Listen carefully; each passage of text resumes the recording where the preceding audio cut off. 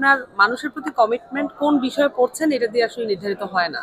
আপনি সৎ থাকবেন, দুর্নীতিগ্রস্ত হবেন না, এই বিষয়গুলো আসলে আপনার বিষয়, আপনি যে বিষয়ে পড়াশোনা করেছেন এটার সাথে অনেক সময় এটা মানে এটার সাথে রিলেটেড না। এটা আপনি যে কোনো বিষয় হতে পারেন, কিন্তু আমরা যেটা কনসার্ন যে এটা যে প্রাসঙ্গিক মন্ত্রণালয়ের যে অ্যাডমিনিস্ট্রেশন থাকে, এই অ্যাডমিনটা চালানোর জন্য কিছু টার্ম অ্যান্ড টার্মিনোলজি থাকে। এই বিষয়গুলো আসলে যদি অন্য বিষয়ের কেউ হয় সেক্ষেত্রে সে কিন্তু আসলে উপলব্ধি করে ওঠা, তার জন্য বুঝে ওঠা অনেক বেশি। আমরা চাই যে গভর্নমেন্টটা যত বেশি ফাংশনাল করা যায়, প্রো পিপল করা যায়। সেক্ষেত্রে যদি অন্য বিষয়, যেমন ধরেন একজন স্বাস্থ্যমন্ত্রী, উনি যদি স্বাস্থ্যের বিষয় আশয় সম্পর্কে ওয়াকিবহাল না থাকেন, উনি পার্সোনালি যদি প্র্যাকটিস করে না থাকেন কখনো, এটা খুব মুশকিল তার পক্ষে একদম স্বাস্থ্যের ব্যবস্থার একদম যে প্রান্তিক হাসপাতালের যে দুর্দশাগুলো, এটা যদি ওনার চেক করা না থাকে, ওই অভিজ্ঞতা যদি না থাকে, রোগীদের ফিলিংসটা কি ওটা যদি ওনার ধারণার মধ্যে, অনুভূতির মধ্যে না থাকে, এটা বোঝাটা খুবই মুশকিল। এবং আমাদের বাংলাদেশের যেটা আমরা দেখে থাকি, আপনি যেটা বললেন উদাহরণ হিসেবে, যে এটা আমরা দেখে থাকি যে একেবারেই প্রাসঙ্গিক তো নাই,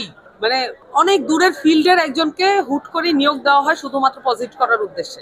এটা আসলে কি, এটা হচ্ছে মানে ওই যে এটা ফ্যাসিজমের একটা কালচার, যে আমার দলীয় লোককে আমার যেখানেই হোক আমার পজিটিভ করতে হবে, যেভাবেই হোক আমার একটা পোস্ট দিতে হবে। এই যে একটা কালচার, এটা কিন্তু আসলে এই পুরো আওয়ামী লীগ আমলে এটা আরো বেশি এসছে।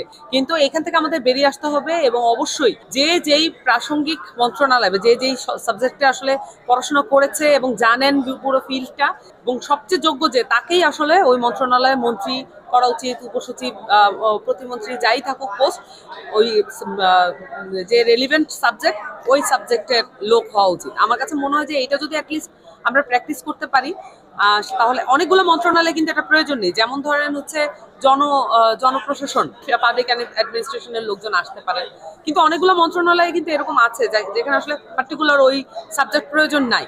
সেক্ষেত্রে আমরা এক্সপেরিমেন্ট করে দেখতে পারি অনেকে পারেন কিনা।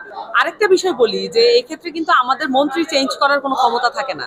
একবার কেউ মন্ত্রী হয়ে গেলে সে যদি খারাপ পারফর্মও করে, তাকে সরানোর কোনো উপায় থাকে না। সো আমরা যেটা দেখি যে রাষ্ট্রদ্রোহিতার মামলা হয়, কিন্তু জনদ্রোহিতা যে রাষ্ট্র করতে পারে, এইটার কিন্তু কনসেপ্ট আমাদের দেশে নাই। সো যদি মানুষের বিপক্ষে কোনো মন্ত্রী কাজ করে, যদি সে ঠিকমতো পারফর্ম করতে না পারে, তাকে অপসারণ করার কোনো, আমরা যেটা এইবার স্বাস্থ্য মন্ত্রণালয় নিয়ে আমরা এই ভোগান্তিটার মধ্যে পড়েছি। সো যদি কোনো মন্ত্রী, আমরা ভবিষ্যতে এমন একটা বাংলাদেশ চাই, যদি কোনো মন্ত্রী পারফর্ম না করে, অবশ্যই আমরা মনে করি যে এই রিফর্মগুলো হওয়া জরুরি এবং যৌক্তিক।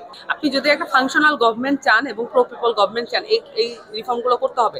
ডাজেন্ট ম্যাটার ওই মন্ত্রী আপনার দলে কত পাওয়ারফুল ব্যক্তি, ডাজেন্ট ম্যাটার যে আপনার এই যে উপসচিব বা সচিব পর্যায়ে বা হচ্ছে এপিএস পিএস যারাই আছে, এটা যদি সে ফাংশনাল না হয়, সে যদি মানুষের সাথে মিসবিহেভ করে, যেটা সচিবালয় মন্ত্রণালয়ে একটা খুবই একটা দুরূহ ব্যাপার হয়ে দাঁড়িয়েছে বাংলাদেশের